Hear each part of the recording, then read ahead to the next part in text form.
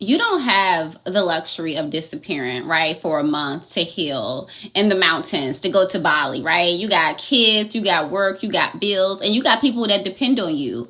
And yet there's something inside of you that's saying, I need to do some inner work. You want to feel grounded. You want to stop reacting out of these old patterns. You ultimately want peace. But how do you start healing when life won't slow down? If you've been asking yourself this question, okay, I got you, because this episode is just for you. Welcome to Healing the High Achiever podcast, a space for the strong ones to come and be soft, a place where you can actually relax, relate, release. I'm Nicole, your cycle breaker coach and also creator of Healing While Hustling. I help overfunctioners, high achievers, and perfectionists to stop living from a place of performance and start living from a space of alignment. Because if you ever felt like your life just didn't fit, it's not a good feeling. And I'm the coach that helps you build a life that actually fits.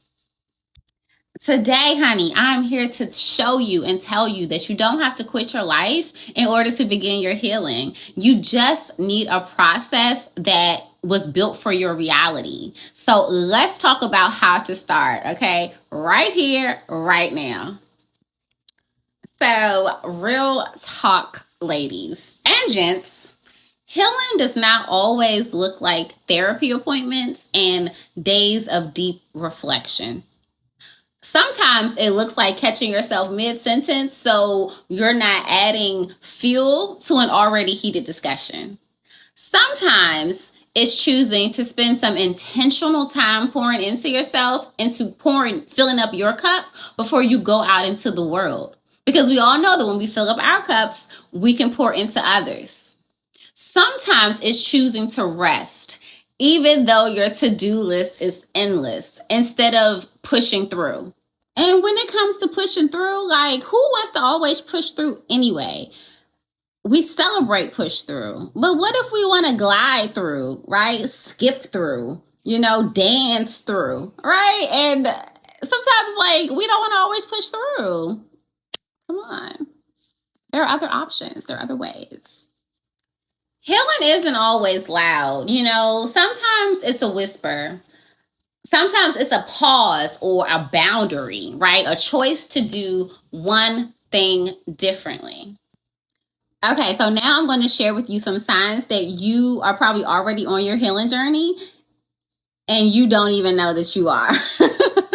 Okay, let's get into it. So you're already on your healing journey if, number one, you are noticing your triggers instead of ignoring them. That is a big deal, and that is something to be celebrated because most people are not even aware of their triggers. Most people don't even think about their triggers. Most people just respond. They just go on autopilot. They're not even thinking about what is causing them to react or respond in a certain way. So you are already doing amazing. You're recognizing the triggers. Sign number two that you are already healing. It's that when you're okay, I'm gonna keep this in here because this is a podcast for perfectionists, right? And oftentimes we want to just edit out our mistakes, but I'm human. I run over my words, so I'm gonna keep this in here. Okay, so rewind. Sign number two that you are healing is that you choose rest even when guilt creeps in. So you can't control when the guilt comes. Like, you can't say, oh my gosh, I'll never feel guilty again. Like, that's not how emotions work. But you can choose to still respond in a certain way despite those feelings. So you're choosing to rest because you know you're tired. You know that your body needs rest. You know that you're a human being and not a human doing. So when the guilt creeps in, which it will, you're like, okay, hey guilt, I see you, boo, but I'm still gonna do me and give myself what I need. Sign number three that you are healing is that you are setting boundaries and sticking to them, right? So setting a boundary is a win, but The win is extended, right? When you actually stick to that boundary. And sticking to boundaries can be super uncomfortable, right? It can cause people to want to challenge those boundaries. So then we have to, reinforce those boundaries. So it's not easy, but you are setting boundaries and you are sticking to them. That is a key sign that you are healing. Sign number 4 that you are healing, it is that you are feeling more and numbing less.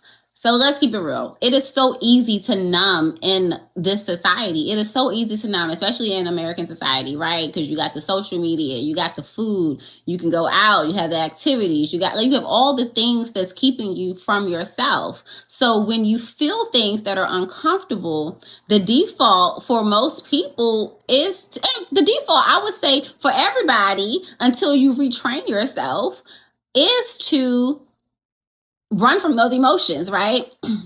It's like you don't want to feel sad. You don't want to feel frustrated. You don't want to feel jealous or scared or you don't want to feel those things, but you are willing to feel it and you're less likely to numb. That's a big sign.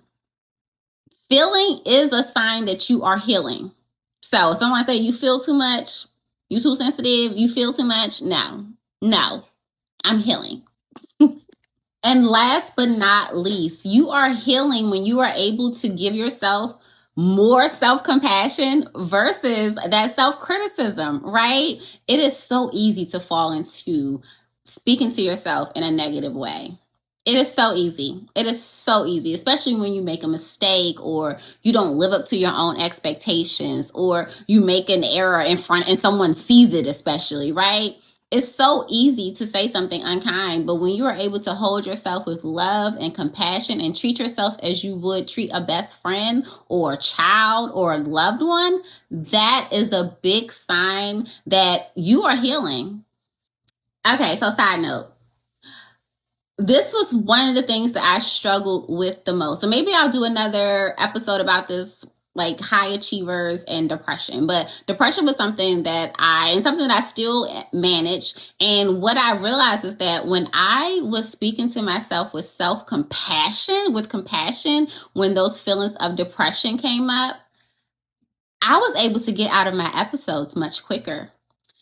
Because at first I would be like, what's wrong with you? You're going through this again? Why can't you get it right? Why can't you get it together? Like, what is wrong with you? I would literally say things, and I don't even want to share everything that I would say on this podcast because it was so unloving. But self-compassion brought me out of so many dark spaces. So I just want to throw that in here in case you are dealing with any depression or anything. Like, self-compassion also is a huge way to help pull yourself out of those dark places. Okay. Back to our scheduled programming. Okay. So ultimately, healing doesn't mean that your life stops, right? It means that you start showing up in it differently. And if you can relate to any of the signs of healing that I just showed you or just shared with you, it means that you have been living your life differently. You're already healing, honey. You already there. You're already in the process. You don't have to wait until life is less busy to begin your healing, because that moment may never come, okay? And you're allowed to heal inside of the mess. You're allowed to heal while you're raising your children, while working a job, building a business, while being the strong one, right? You are not behind. You are in process, and your effort counts, even if it's quiet. Even if it's messy, even if no one claps for you. But I'm gonna clap for you because that's just how I do over here. Okay, I'm gonna clap.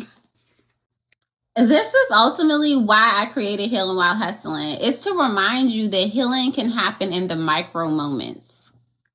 That's how I had to work on my healing. Like, I couldn't go away to a retreat for, 3 months and work through all my stuff. I had to do it in the hustle and bustle of being a single mother, of working, jobs and endless jobs and building a business and all the things. Like, I could not stop. I had to work through my healing when I'm parenting, dealing with depression, but had to go to work. I had to find a way to work on my healing. Like, the healing happens in the micro moments, because the micro moments allow you to have that space, right? Which increases your awareness, which gives you the ability to choose differently, which helps to rewire your brain, right? To rewire your neurological processes so you're not acting out of autopilot, right? So the micro moments are powerful because they add up.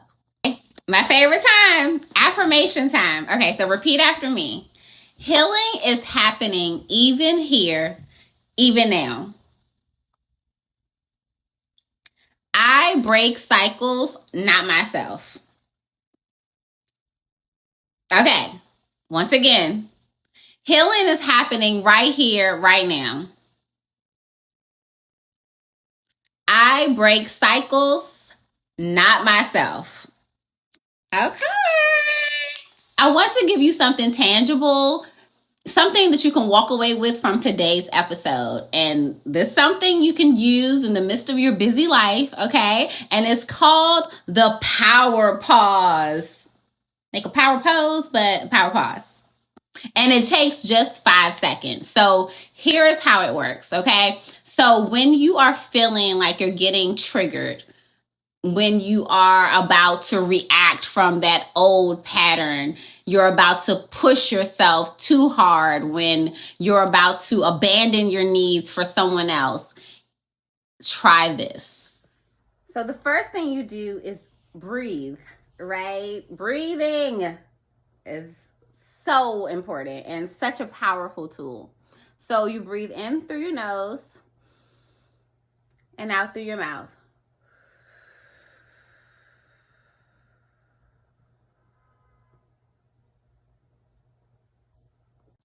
Next step is to touch. So touch someplace on your body. Maybe it's your heart. Maybe you touch your arm.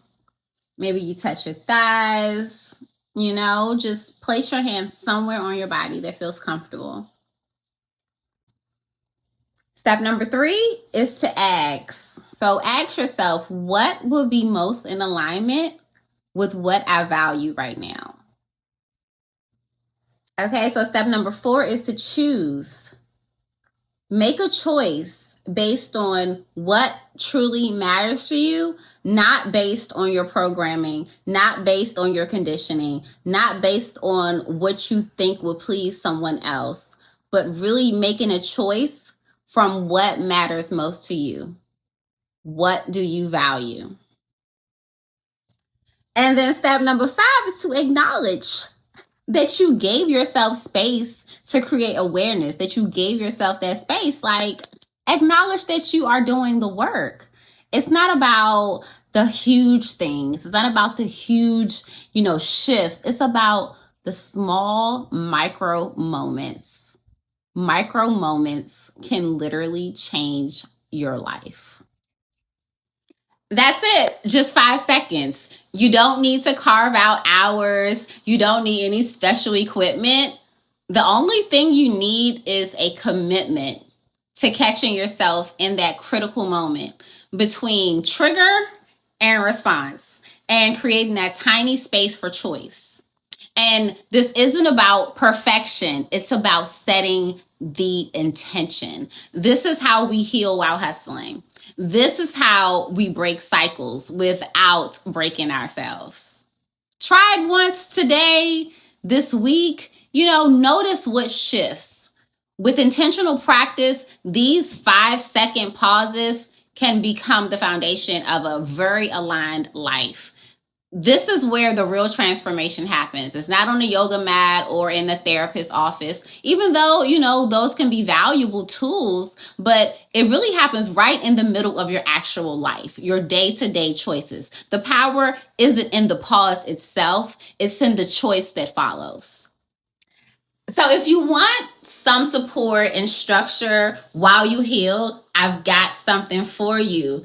It's called the Healing While Hustling Manifesto. And it is a gentle starting point, a gentle mindset shifter, okay? You can keep in your back pocket, on your phone, in your iPad. And as a special gift for listeners of this episode, I've also created a downloadable power pause practice card to help you implement what you've learned today. Because what's the point of learning it if you don't actually do it, right? So you can click the link in the show notes to download these resources and join my private email circle. I'll be sending you healing tools, reflections, and invitations to deeper work when you're ready. We're not pushing over here. It's all about being in alignment. So if this episode reminded you that you're not alone during this in-between stage you're in, subscribe and also share it with someone else who's healing in real time, okay? You don't have to have it all figured out. You just have to try to stay as present as you can, okay? Let's keep walking together. It was great having you here, and I'll see you again next time. Peace.